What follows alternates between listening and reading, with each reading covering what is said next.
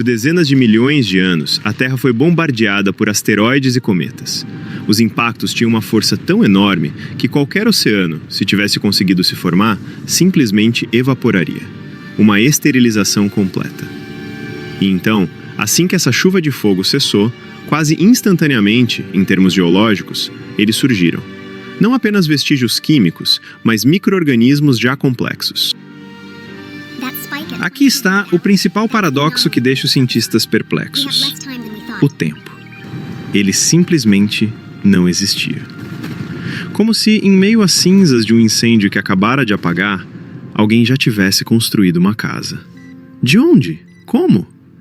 Isso nos leva a uma pergunta incômoda, quase herética. E se a vida não fosse daqui? E se ela fosse uma visitante do espaço? Essa hipótese tem um nome, que será o título da nossa investigação: panspermia.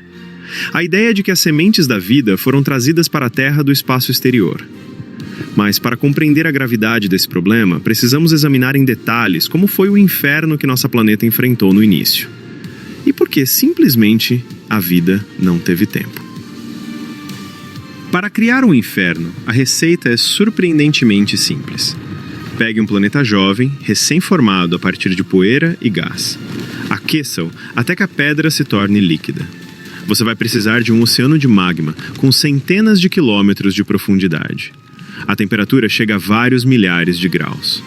No lugar do ar, coloque uma mistura densa e sufocante de dióxido de carbono, metano e sulfeto de hidrogênio.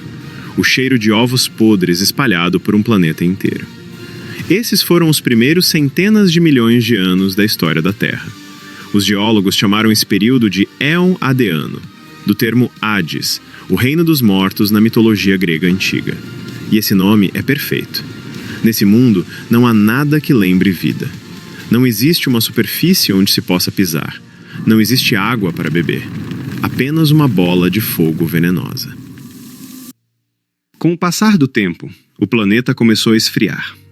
Os minerais mais antigos, minúsculos cristais de zircão, nos revelam que, cerca de 4 bilhões e 400 milhões de anos atrás, a primeira água líquida pode ter surgido na superfície. Pequenas poças na crosta que estava solidificando. O primeiro sinal de esperança. O primeiro suspiro desse planeta que esfria. E foi exatamente nesse momento que a receita do inferno entrou em sua segunda e mais cruel fase. O sistema solar daquela época pode ser comparado a uma enorme mesa de bilhar, onde as bolas, os planetas, ainda não tinham se acomodado em suas posições estáveis.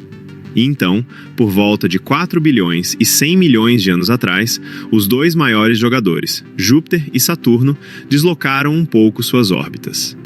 Isso foi suficiente para desencadear um caos completo. A gravidade deles, como o taco de um jogador gigante, atingiu o cinturão de asteroides. Bilhões de blocos de pedra e gelo, que variavam do tamanho de grãos de areia até o de países inteiros, foram arrancados de suas órbitas e dispararam rumo ao centro do sistema. Direto para nós. Começou a era que os cientistas chamam de bombardeio pesado tardio. Como sabemos disso com tanta certeza? A prova está lá em cima, toda noite, sobre nossas cabeças. A Lua. Ela não tem atmosfera nem placas tectônicas. Não há vento nem chuva para apagar suas cicatrizes. A Lua é uma testemunha perfeita, cujo rosto guarda a história de 4 bilhões de anos. Todas aquelas manchas escuras que vemos da Terra e reconhecemos como rostinhos curiosos não são mares. São enormes lagos de lava solidificada. Marcas de impactos de asteroides tão poderosos que perfuraram a crosta lunar por completo, liberando rocha derretida pelas fissuras. Quando os astronautas das missões Apollo trouxeram amostras dessas rochas marinhas, a análise revelou algo impressionante. Quase todas se formaram num intervalo muito curto, cerca de 3 bilhões e 900 milhões de anos atrás. Não foram impactos aleatórios espalhados pelo tempo. Foi uma tempestade concentrada e violenta que durou algumas centenas de milhões de anos. Se a Lua sofreu tudo isso, o que será que aconteceu com a Terra? A Terra é um alvo muito maior. Ela atraía muito mais detritos espaciais e recebia impactos com muito mais frequência e intensidade. As catástrofes tinham uma escala inimaginável. A queda de um asteroide com dezenas de quilômetros liberava uma energia milhares de vezes maior do que todo o arsenal nuclear humano. Quaisquer oceanos que tivessem se formado até então simplesmente evaporavam, por completo. É como ferver uma panela de água, só que em vez de fogo, havia uma explosão do tamanho de um continente. A água se transformava em vapor, formando uma atmosfera densa e incandescente que envolvia todo o planeta e literalmente esterilizava sua superfície a temperaturas de centenas de graus. Depois, quando o vapor esfriava e voltava a cair em forma de chuva, reabastecendo os oceanos, um novo asteroide chegava. E tudo se repetia, de novo e de novo, por milhões de anos. Não era apenas um ambiente inóspito, era um sistema planetário de esterilização operando em ciclos. Essa chuva de fogo termina aproximadamente 3 bilhões e 800 milhões de anos atrás. O planeta finalmente ganha uma pausa. A superfície esfria, os oceanos deixam de evaporar. A Terra é uma esfera estéril e sem vida, coberta por água e crivada de crateras. E é nesse ponto que começa o mais estranho. Nas rochas mais antigas que podemos encontrar, com idades entre 3 bilhões e 700 milhões e 3 bilhões e 800 milhões de anos, descobrimos os primeiros vestígios de vida. Mais precisamente, sinais da atividade desses seres surgem nas primeiras camadas geológicas que poderiam ter se preservado desde então. Não são apenas indícios de moléculas orgânicas, mas micro-organismos plenamente formados. Pelos rastros químicos e estruturas que deixaram para trás, essas criaturas já possuíam um metabolismo complexo. Elas sabiam como transformar a energia, tinham um mecanismo para copiar seu código genético e construíam colônias inteiras, que hoje encontramos fossilizadas na forma de estromatólitos. Isso não é o desenho de uma casa. É uma casa construída e habitada. Vamos calcular. O bombardeio termina há 3 bilhões e 800 milhões de anos. Quase imediatamente depois, há 3 bilhões e 700 milhões de anos, já vemos formas de vida complexas. Isso significa que a janela para a vida surgir da química inanimada e evoluir até o nível de uma célula completa é de apenas algumas dezenas de milhões de anos. Espere, dezenas de milhões de anos? Isso soa como um tempo enorme para nós, mas na escala da história do planeta, é um instante. Se toda a história da Terra fosse comprimida em um único dia, desde sua formação à meia-noite até hoje, essa janela para a vida duraria menos de 3 minutos. Apenas 3 minutos para que, a partir de uma mistura caótica de elementos químicos em um caldo esfriando, se formasse por acaso a primeira molécula capaz de se reproduzir sozinha. E depois, para que ela evoluísse até se tornar uma célula complexa, com código genético, ribossomos e metabolismo. A maioria dos bioquímicos concorda que esse tempo é drasticamente curto. A abiogênese é como uma loteria às cegas, com um número astronômico de bilhetes. Para ganhar, é preciso tentar de novo, e de novo, e de novo. Milhões, centenas de milhões de anos de tentativa e erro. E a Terra simplesmente não teve esses centenas de milhões de anos. A situação é absurda. Imagine, você está apagando um enorme incêndio florestal.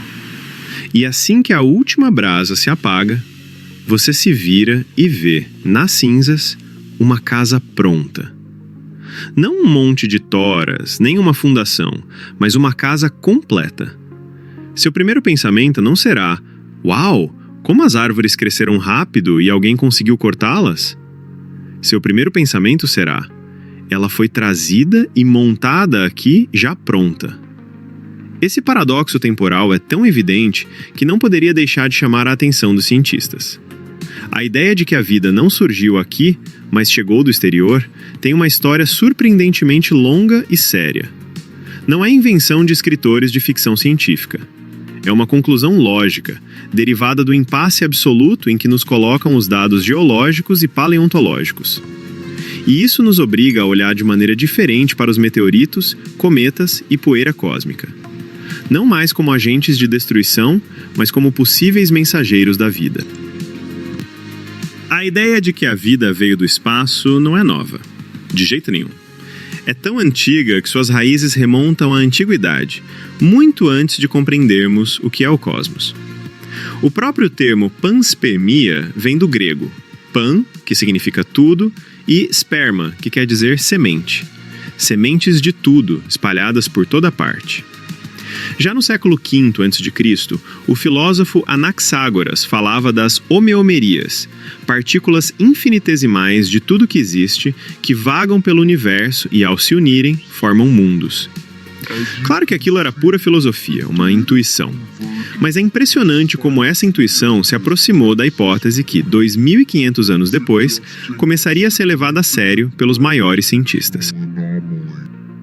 Essa ideia só ganhou fundamentação científica no século XIX, e isso não foi por acaso. No ano de 1859, Charles Darwin publicou A Origem das Espécies, e o mundo mudou para sempre. Darwin explicou como a vida evolui, mas deixou em aberto a questão principal. Como ela começou? Foi nesse vazio, nessa lacuna, que entrou a panspermia.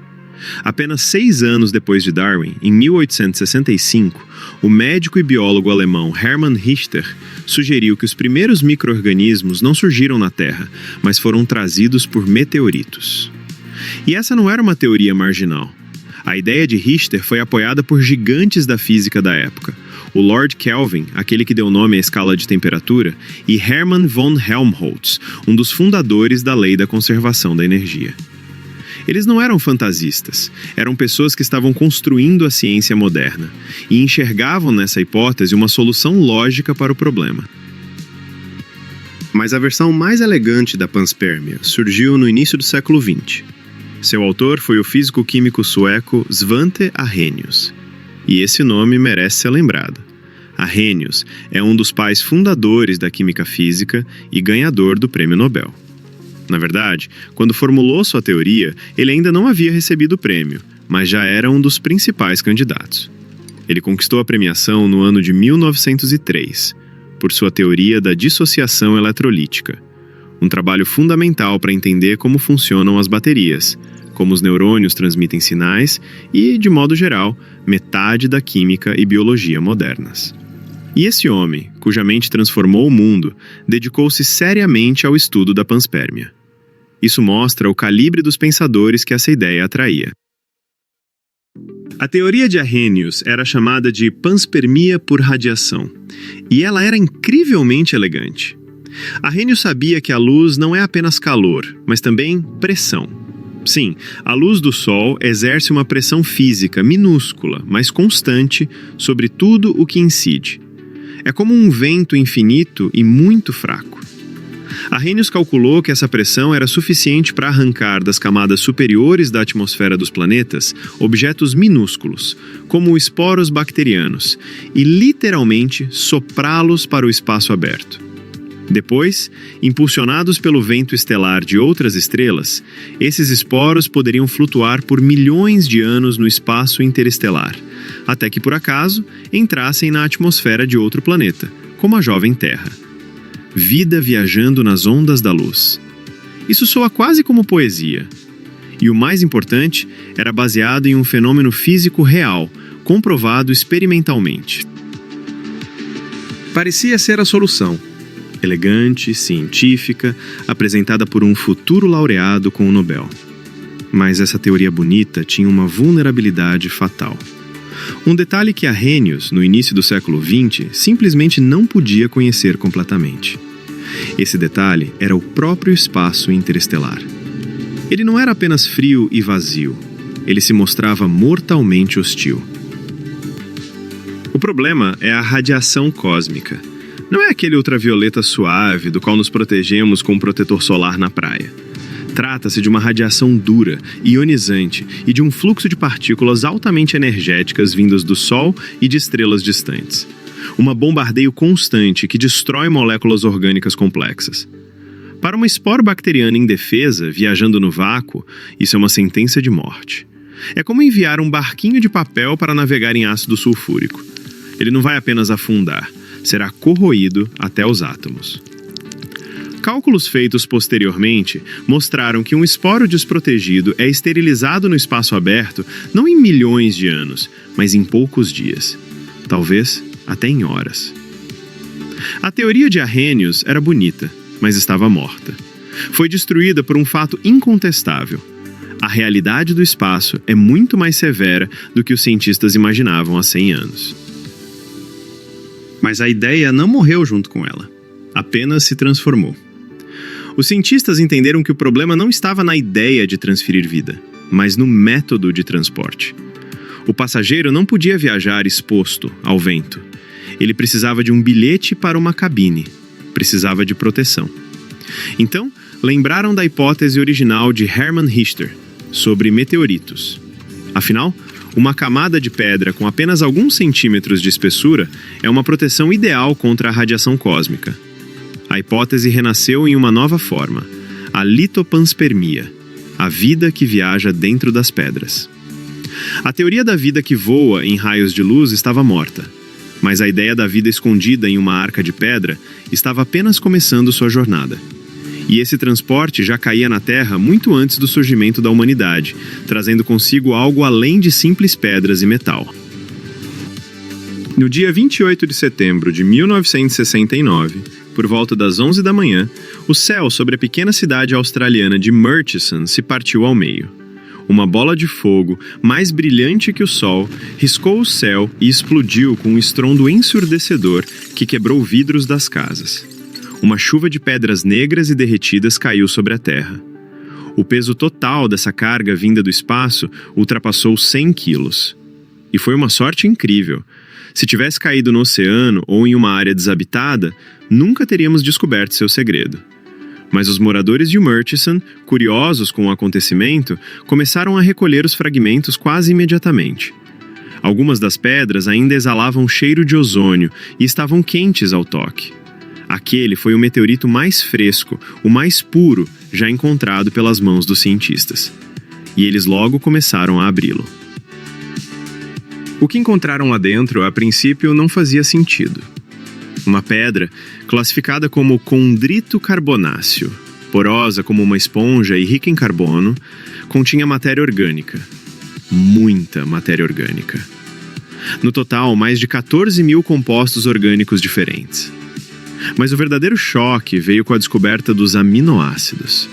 Aqueles mesmos tijolos que formam todas as proteínas, a base de toda a vida conhecida. E foi aí que os números passaram a não bater com a realidade terrestre. Pare um instante.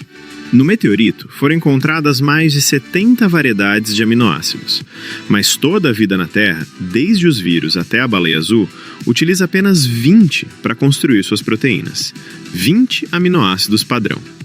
De onde teriam vindo, então, os outros 50 presentes nessa rocha? Se fosse uma contaminação comum da Terra, com um meteorito simplesmente absorvendo restos de bactérias do solo, encontraríamos nele o nosso conjunto padrão de 20 aminoácidos terrestres. Mas havia algo mais ali, algo totalmente estranho. Este foi o primeiro, mas longe de ser o último indício. Os cientistas realizaram uma análise isotópica do carbono nessas aminoácidos. Simplificando, os átomos de carbono têm versões leves e pesadas. Na Terra, a proporção entre elas é rigorosamente definida. Pois bem, nas aminoácidos do meteorito, a quantidade de isótopos pesados era significativamente maior. Era um passaporte químico que dizia claramente: não foi feito aqui. A idade do próprio meteorito foi estimada em 4 bilhões e 600 milhões de anos. Ele tinha a mesma idade do nosso sistema solar. Mas espere, em 2020 descobriram nele algo ainda mais antigo: grãos pré-solares, partículas de poeira lançadas por outras estrelas já extintas há muito tempo. Esse pacote foi enviado antes mesmo do nascimento do nosso Sol. Mas nem isso foi a descoberta mais importante. Aminoácidos são os blocos de construção das proteínas, os mecanismos da célula. Mas para construir a vida é preciso uma instrução, um projeto. É necessário o código genético ou o ácido ribonucleico. E assim, ao analisar a pedra de Murchison por décadas com a ajuda de equipamentos cada vez mais avançados, os cientistas finalmente encontraram o que procuravam. Foram identificadas todas as 5 bases nucleicas: adenina, guanina, citosina, timina e uracila. Cada uma dessas letras compõe o alfabeto genético de toda a vida na Terra. O espaço não nos enviou apenas os blocos básicos. Ele nos trouxe um conjunto completo, a partir do qual é possível montar a molécula central da vida. A descoberta do meteorito de Murchison mudou completamente as regras do jogo. A ideia de que a Terra era um berço único e que a vida era uma feliz coincidência no caldo primordial desmoronou. Ficou claro que o espaço não é um vazio estéril. É uma fábrica química gigantesca que produz em escala industrial as matérias-primas para a vida. Isso não significa que bactérias prontas viajem pelo espaço, de jeito nenhum. Mas quer dizer que seus componentes circulam pelo cosmos em quantidades gigantescas. Assim, surgiu uma nova versão mais cautelosa da panspermia, molecular ou suave. O espaço não transporta a vida pronta, ele carrega os seus elementos. As evidências pareciam irrefutáveis, mas os céticos tinham um último argumento, e muito forte. Sim, o meteorito foi coletado rapidamente, mas ele caiu na Terra, afinal. Ficou no solo australiano, respirou o ar terrestre. E se essa pedra porosa, como uma esponja, não tivesse absorvido bactérias vivas, mas sim restos microscópicos de matéria orgânica terrestre antiga, acumulada durante bilhões de anos no solo e na poeira? E se isso fosse, na verdade, uma forma incrivelmente astuta de contaminação? Para encerrar essa questão de vez, era preciso obter uma amostra que nunca tivesse tocado nosso planeta. Um pacote interceptado diretamente no espaço. E a humanidade teve que enviar uma sonda por centenas de milhões de quilômetros para conseguir isso. Então, a missão ficou clara: trazer para a Terra uma amostra de asteroide que jamais tivesse tido contato com o nosso planeta. Um pacote vindo do espaço profundo, embalado a vácuo. Para isso, foi enviado o sonda japonesa Hayabusa 2. Seu objetivo era o asteroide Ryugu, um pedaço de rocha meio escuro, do tamanho de uma pequena colina, que gira a centenas de milhões de quilômetros de nós. Era a única chance de encerrar o debate sobre a contaminação terrestre, que durava por décadas. A sonda chegou ao asteroide Ryugu no ano de 2018. A partir daí, começou algo que mais parecia roteiro de filme de Hollywood do que uma missão científica. Não era possível simplesmente pousar e colher o solo. A superfície de qualquer asteroide é bombardeada há bilhões de anos pelo vento solar e pelos raios cósmicos, que destroem a complexa matéria orgânica. Era necessário obter material abaixo da superfície, virginal, intacto. Mas como alcançá-lo? A resposta foi brilhante pela sua simplicidade: disparar contra o asteroide.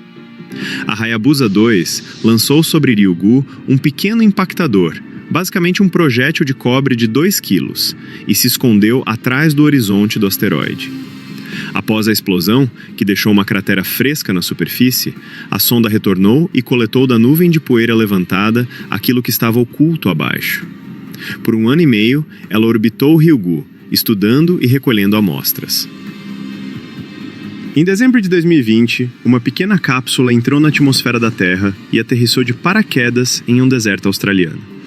Dentro dela, um tesouro que foi buscado por 6 anos. 5 gramas de uma substância escura vinda do asteroide Ryugu. Para ser mais exato, 5,4 gramas. Uma colher de chá de poeira que valia bilhões de dólares e percorreu uma distância de 5 bilhões de quilômetros. Quando abriram a cápsula em um laboratório estéril, os cientistas prenderam a respiração. E os resultados superaram todas as expectativas, até as mais ousadas. Nas amostras trazidas de Ryugu, foram identificados mais de 20 tipos diferentes de aminoácidos. E, o que é ainda mais importante, entre eles estavam tanto aqueles usados pela vida terrestre, quanto outros que não existem em nosso planeta. A contaminação foi descartada. Essas moléculas se formaram no espaço, e isso agora foi comprovado. Mas aquilo era apenas o começo. Na mesma poeira também foi encontrado uracil, um dos componentes-chave do ácido ribonucleico, precursor do código genético. Além disso, descobriram ácido nicotínico, conhecido por nós como vitamina B3, essencial para o metabolismo de todos os seres vivos da Terra. O espaço não trazia apenas blocos aleatórios, ele entregava peças complexas e funcionais. Enquanto o mundo científico ainda digeria essas notícias, chegou uma confirmação independente. A sonda americana OSIRIS-REx, que estava em outro asteroide, Bennu, também retornava para casa com uma carga. Quando suas amostras foram analisadas, o quadro ficou ainda mais impressionante. No solo de Bennu, encontraram não apenas 14 das 20 aminoácidos terrestres.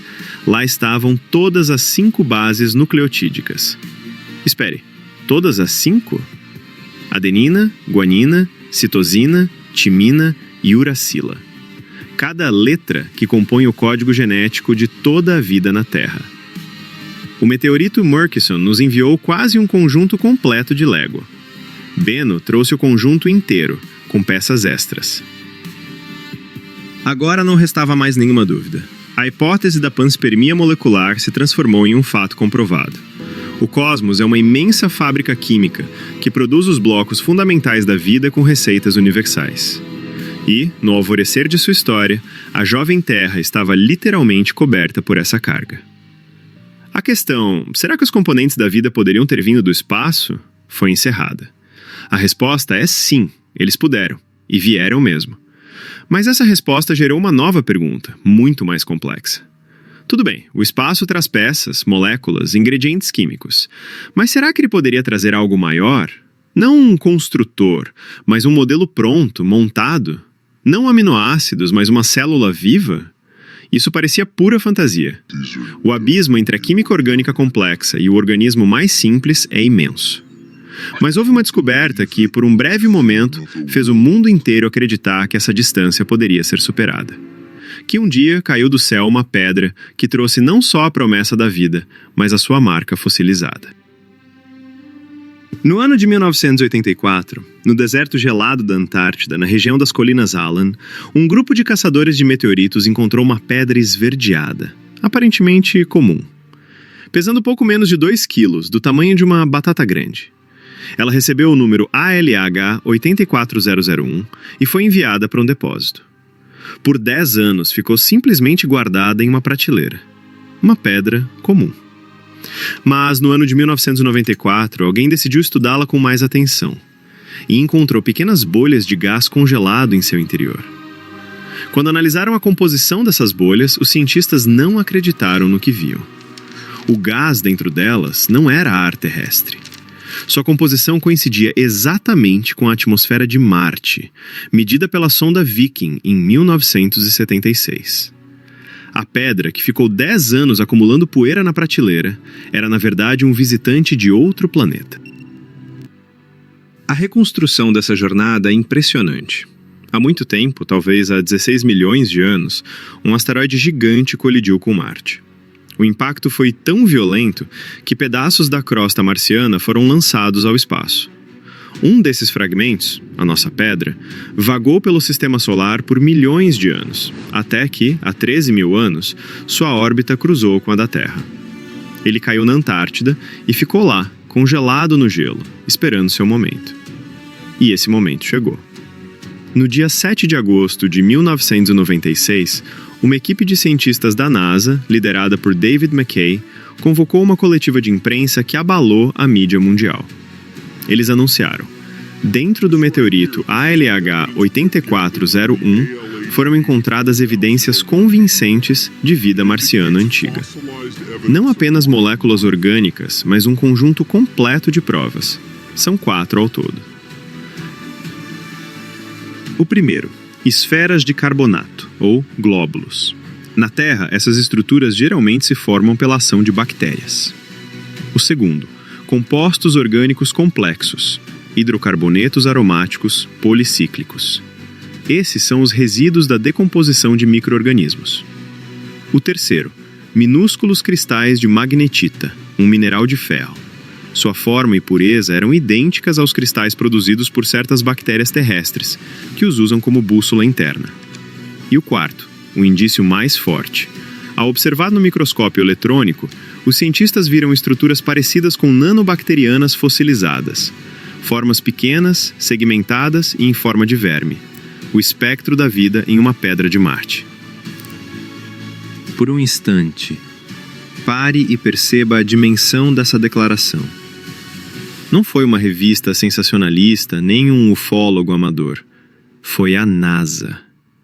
Tão confiante em seus dados que o presidente dos Estados Unidos comentou a descoberta.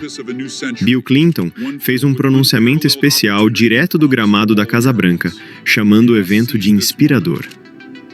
Por um breve momento, o mundo acreditou que a maior questão da história da humanidade, estamos sozinhos no universo? Tinha sido respondida. E a resposta era não. Mas a ciência não funciona assim. Declarações extraordinárias exigem provas extraordinárias. A comunidade científica começou a examinar as conclusões do grupo de McKay com rigor. Vieram anos de intensos debates, e aos poucos, uma a uma, todas as 4 evidências foram desmoronando. Glóbulos de carbonato? Descobriu-se que eles poderiam se formar em temperaturas muito elevadas, resultado de um impacto violento que lançou a pedra para fora de Marte. Nessas condições, a vida simplesmente teria sido destruída. Matéria orgânica, hidrocarbonetos policíclicos aromáticos? Sim, eles estavam presentes. Mas essas moléculas também são encontradas em outros meteoritos e na poeira interestelar. O pior é que o gelo da Antártida, assim como qualquer laboratório na Terra, está literalmente cheio desses contaminantes terrestres. Provar que eles têm origem marciana era impossível. E quanto aos cristais de magnetita? Outros pesquisadores mostraram que cristais semelhantes podem se formar sem a participação da vida, por meio de reações químicas durante o mesmo aquecimento por impacto. Restavam apenas os próprios fósseis. A evidência mais clara acabou sendo a mais frágil. Essas estruturas eram incrivelmente pequenas, mediam entre 20 e 100 nanômetros de comprimento. Para ser mais preciso, eram centenas de vezes menores que qualquer bactéria terrestre conhecida. A maioria dos cientistas concordou que eram minúsculos demais para conter até mesmo o conjunto mínimo necessário para a vida: o código genético, os ribossomos, as proteínas. Muito provavelmente, eram apenas formações minerais incomuns, um jogo de luz e sombra na superfície irregular da rocha. O fantasma não existia. A conclusão definitiva dessa história foi alcançada recentemente, no ano de 2022. Um grupo de pesquisadores liderado por Andrew Steele examinou o meteorito usando tecnologias que simplesmente não existiam nos anos 90. Eles conseguiram comprovar que toda a matéria orgânica presente na rocha se formou por meio de 2 processos geoquímicos bem conhecidos: serpentinização e carbonatização. A água, ao infiltrar-se pelas fissuras na rocha, lá nas profundezas sob a superfície de Marte, reagia com o basalto e gerava essa matéria orgânica, sem qualquer participação de vida. Um processo puramente químico. Então, toda essa história seria apenas um fracasso retumbante? Um erro científico exagerado a ponto de ganhar dimensão mundial? De jeito nenhum.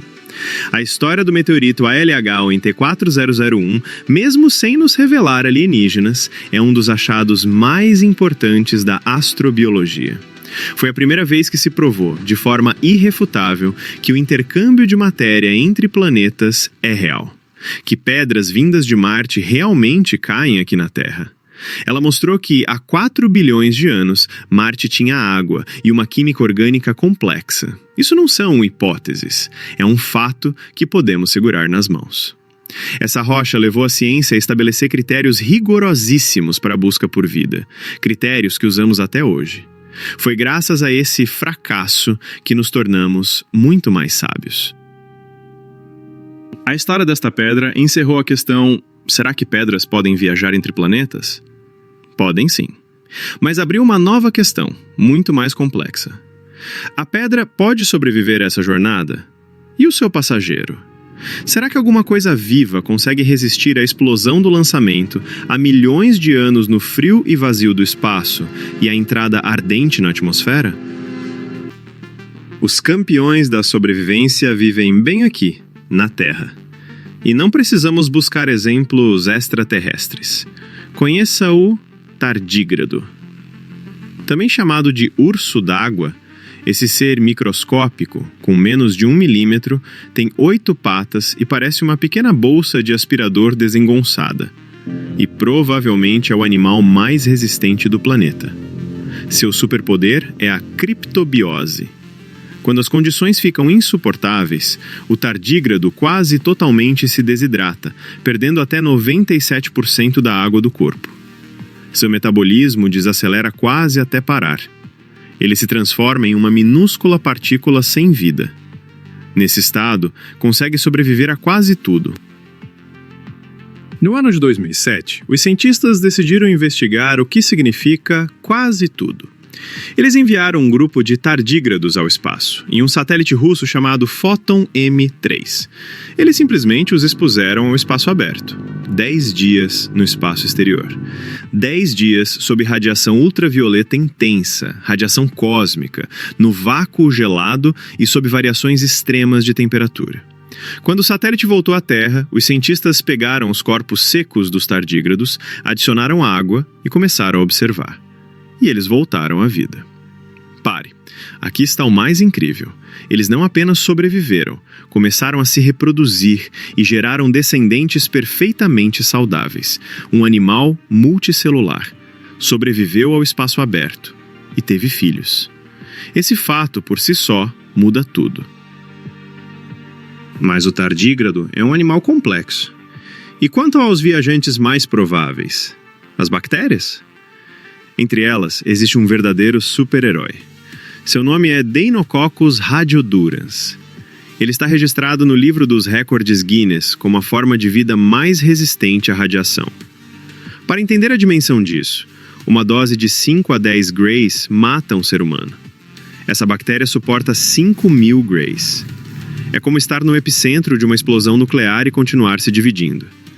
Seu segredo não está em uma superarmadura, mas em um sistema de reparo do código genético incrivelmente eficiente. A radiação fragmenta seu material genético em centenas de pedaços, e proteínas especiais o remontam, como o quebra-cabeça mais complexo do mundo, em apenas algumas horas.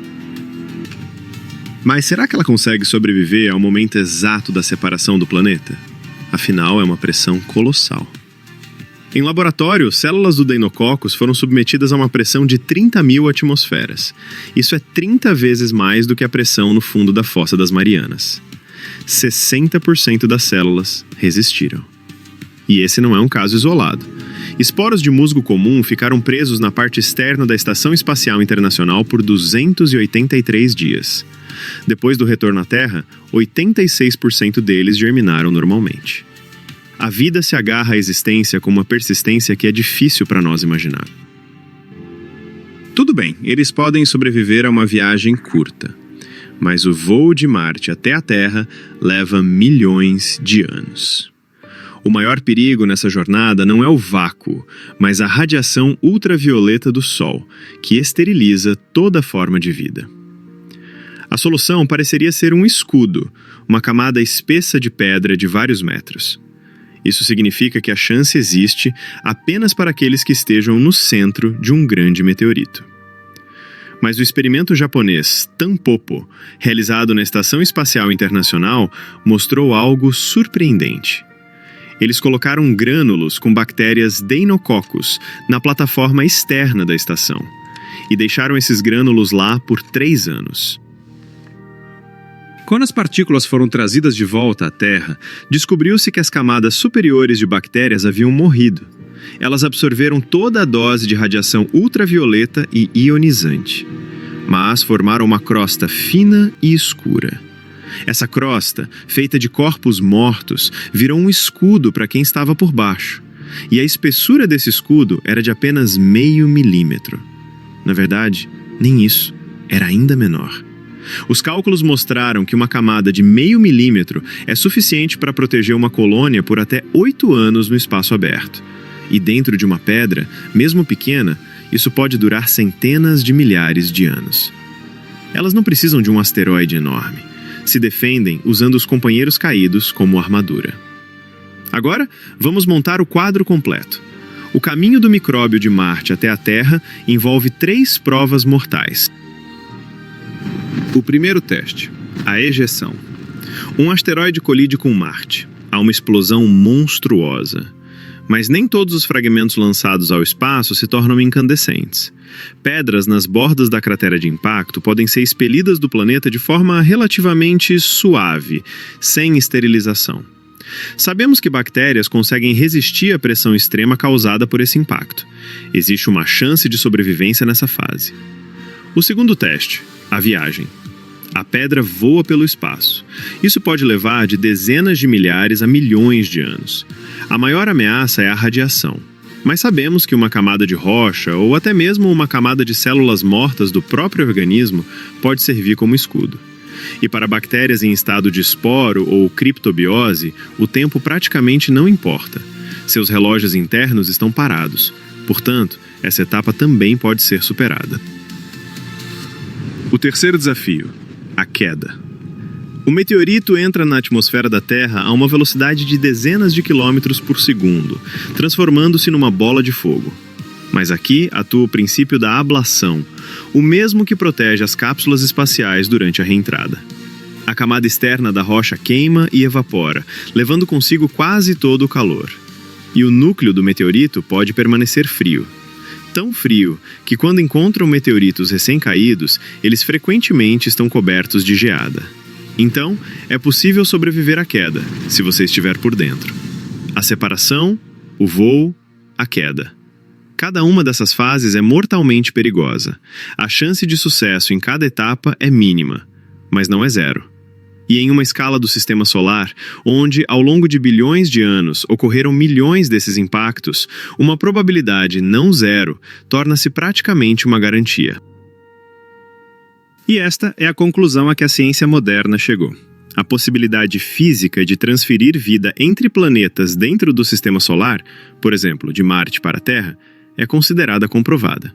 Isso não é mais ficção científica, é um cenário plausível.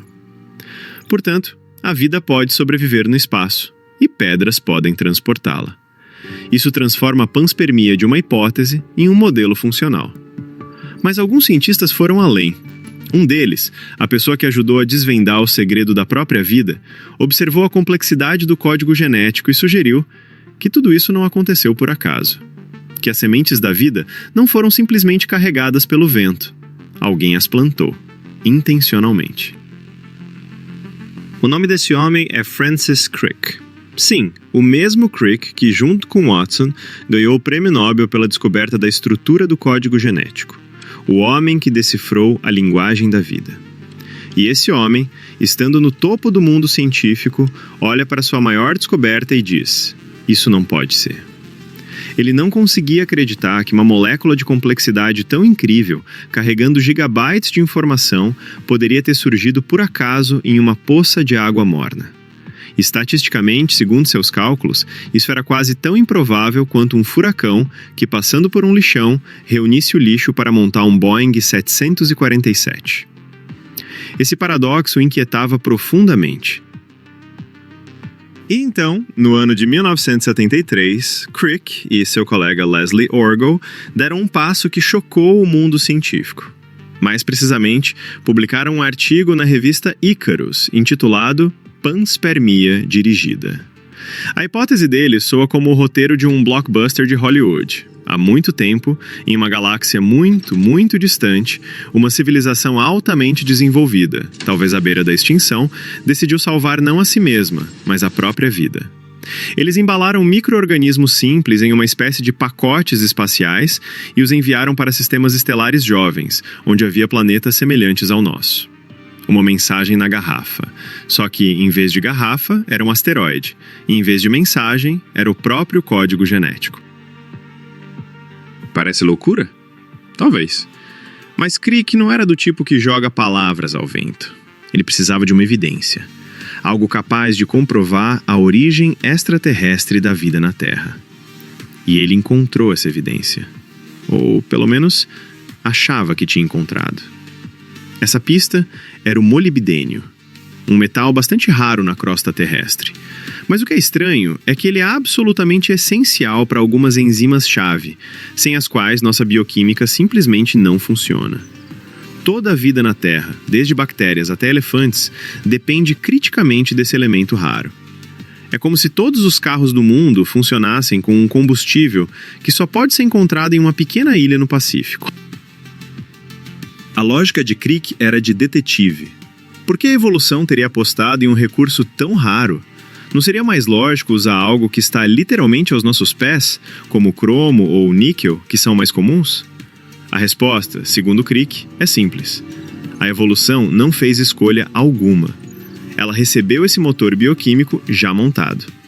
A dependência do molibdênio se formou não na Terra, mas em outro planeta onde esse elemento era abundante. E a vida chegou aqui já com essa característica incorporada e imutável. O molibdênio é como um sotaque que denuncia um estrangeiro, uma assinatura química deixada no local do crime, uma marca que diz: eu não sou daqui. Claro, essa teoria tão atraente tem um problema enorme, e os críticos não demoraram a aparecer. Eles apontaram o óbvio. A hipótese da panspermia dirigida não resolve o mistério da origem da vida. Ela apenas transfere esse enigma para outro lugar. Tudo bem, digamos que a vida na Terra tenha sido trazida por eles. Mas como a vida surgiu para eles? Também teria sido enviada por alguém? E quem teria enviado para esses que a enviaram? Assim, formamos uma cadeia infinita que não leva a lugar algum. A pergunta, de onde veio a vida, é simplesmente substituída pela questão, de onde vieram os jardineiros? Uma saída elegante para evitar a resposta. Intelectualmente refinada, mas ainda assim, uma evasiva. A ideia de Crick permaneceu uma hipótese brilhante, mas impossível de provar. Uma provocação intelectual de um gênio que ousou questionar as bases mais fundamentais. Enquanto biólogos e filósofos discutiam sobre os jardineiros cósmicos, havia outro grupo de cientistas que abordava a questão por um caminho totalmente diferente. Eles não buscavam vestígios de inteligência, apenas observavam pelos telescópios. E o que viram no espectro da luz emitida por cometas distantes mudou tudo novamente. No final da década de 70, o astrofísico Fred Hoyle e seu colega Chandra Wickramasinghe perceberam algo estranho. Eles estudavam como a poeira interestelar absorvia a luz de estrelas distantes. Esse espectro de absorção é, na verdade, uma espécie de impressão digital química da substância. E essa impressão não correspondia a nenhum dos minerais ou gelos conhecidos. No entanto, tinha uma semelhança assustadora com o espectro de bactérias secas.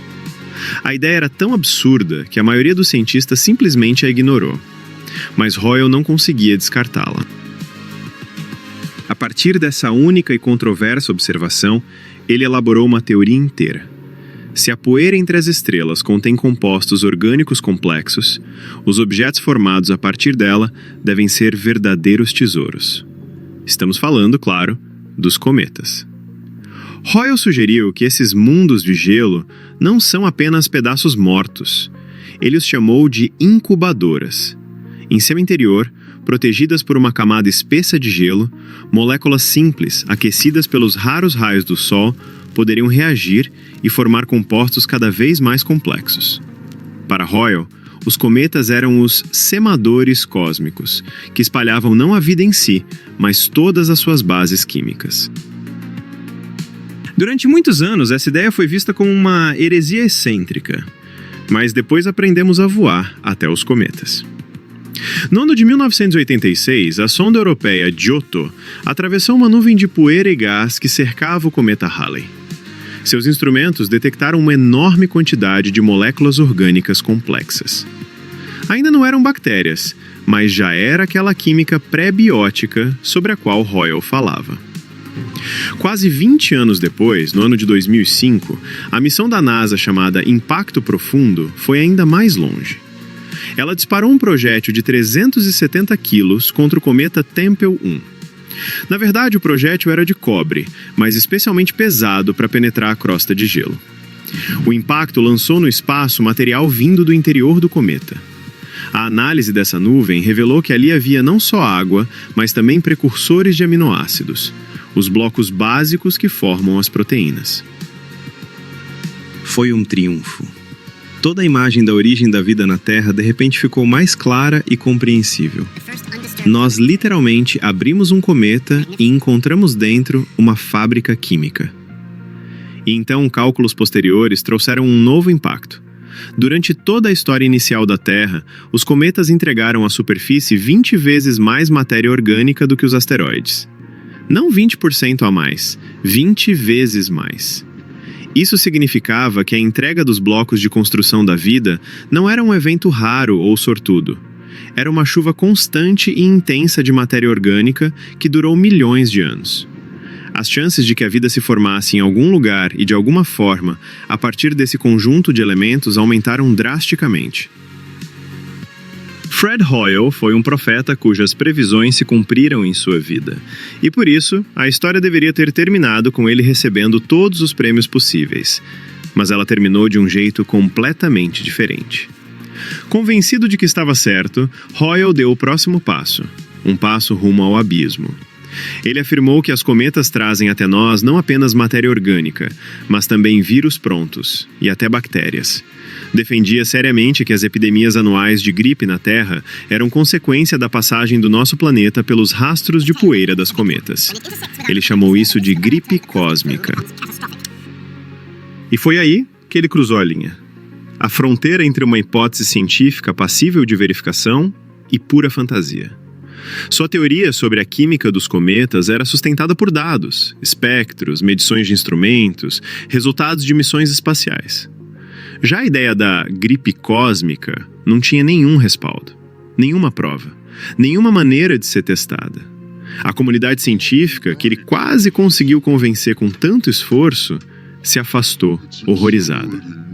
Seu nome, que antes era sinônimo de pensamento audacioso, tornou-se sinônimo de pseudociência.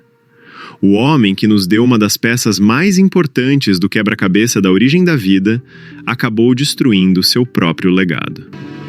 É uma história trágica sobre como um gênio não conseguiu parar a tempo. A história de Hoyle provou que cometas não são apenas blocos de gelo. Eles são artérias essenciais, transportando os blocos fundamentais da vida por todo o sistema solar. Mas durante todo esse tempo, estávamos falando sobre viagens dentro do nosso lar. E seria possível o transporte entre estrelas? Até o ano de 2017, isso era apenas teoria. Mas então, um visitante invadiu nosso sistema e provou que essas viagens são reais. E esse visitante era bem diferente do que esperávamos. No dia 19 de outubro de 2017, o computador do observatório Pan-STARRS, no Havaí, registrou um ponto de luz fraco. Não era um asteroide, nem um cometa, nem nada conhecido em nosso catálogo. A trajetória do objeto era hiperbólica, e significa que ele não orbitava o Sol, veio de fora, da escuridão interestelar, e retornaria para ela para sempre. Pela primeira vez na história, vimos um visitante de outro sistema estelar. Ele recebeu o nome de Oumuamua, que, em havaiano, significa mensageiro que veio de longe pela primeira vez. E esse visitante se comportava de maneira muito, muito estranha. Primeiro, sua forma. Os dados de brilho indicavam que o objeto era bastante alongado. Quão alongado? A proporção entre os lados era de aproximadamente 10:1. Isso não era uma rocha comum. Era um charuto. Ou, como se sugeriu depois, um disco achatado. Nada parecido já havia sido visto no sistema solar. Mas a forma era só o começo. O verdadeiro mistério estava no movimento. Oumuamua se afastava do Sol mais rápido do que deveria. Havia uma força extra agindo sobre ele, além da gravidade. Claro, a primeira explicação era óbvia. Era um cometa. Quando um cometa se aproxima do Sol, seus gelos evaporam, criando um impulso a jato. Dessa forma, ocorre uma aceleração não gravitacional. O problema é que Oumuamua não tinha cauda. Nenhuma. Os telescópios não detectaram ao seu redor nenhuma nuvem de gás, nem poeira, a chamada coma. O objeto acelerava como um cometa, mas não era um cometa. Era como ver um barco navegando contra a corrente, sem remos, sem vela, sem motor. Algo o impulsionava para frente, mas ninguém sabia o quê. E foi nesse momento que entrou em cena o astrofísico de Harvard, Abraham Loeb. Ele fez uma pergunta simples: e se estivermos procurando a coisa errada? E se não for um objeto natural? Loeb sugeriu que Oumuamua poderia ser artificial, como por exemplo uma vela solar, uma folha extremamente fina de material que se acelera pela pressão da luz do Sol. Mais do que uma simples hipótese, ele publicou cálculos que mostram que essa tecnologia explicaria tanto a forma quanto a aceleração e a ausência de coma. A maioria dos cientistas recebeu essa ideia com ceticismo e propôs outras hipóteses naturais, ainda mais exóticas. Um fragmento de iceberg de nitrogênio, gelo de hidrogênio. Mas o simples fato de que a hipótese de origem artificial tenha sido publicada em uma revista científica respeitada mostra o quão extraordinário foi esse visitante. Mas vamos supor que Oumuamua seja apenas uma pedra. Uma pedra comum, natural, interestelar. Será que a vida poderia sobreviver nela? A viagem entre estrelas leva dezenas de milhares ou até milhões de anos. Durante todo esse tempo, o objeto é bombardeado por raios cósmicos galácticos, uma radiação intensa capaz de esterilizar até uma pedra com 1 metro de espessura, destruindo qualquer código genético. As chances de a vida resistir a essa jornada são praticamente zero. Mas o que importa é o seguinte: seja Oumuamua uma sonda alienígena, um iceberg de nitrogênio ou simplesmente uma pedra estranha, sua existência provou uma coisa: o intercâmbio interestelar de matéria é real. Objetos de outros sistemas estelares realmente chegam até nós. E isso significa que o universo não é um arquipélago de ilhas isoladas. É um oceano único, por onde navegam mensageiros. O mistério de Oumuamua permaneceu sem solução. Ele desapareceu na escuridão, deixando-nos discutir sobre sua natureza. Mas, enquanto olhávamos para o céu em busca de visitantes de outros mundos, deixamos passar algo muito mais importante. A reviravolta irônica dessa história é que, na verdade, já não somos apenas observadores passivos. Tornamo-nos nós mesmos os emissores dessas mensagens, sem nem perceber. Existem lugares na Terra que precisam ser absolutamente estéreis. Quase tão estéreis quanto o espaço. São as salas limpas da NASA, onde, sob controle rigoroso, montam-se as sondas espaciais destinadas a outros planetas. O ar é filtrado centenas de vezes por hora, as pessoas vestem trajes de proteção que lembram trajes espaciais, e cada superfície é tratada com os desinfetantes mais potentes. A ideia é evitar que qualquer micróbio terrestre se torne um passageiro acidental rumo a Marte ou Europa. Mas foi exatamente ali, nesses templos artificiais de esterilidade, que os cientistas encontraram algo que não deveriam ter encontrado. Nas salas limpas da NASA, foram descobertas 26 espécies de bactérias até então desconhecidas pela ciência. E esses não são apenas micróbios comuns, sobreviventes por acaso. São verdadeiros campeões da sobrevivência.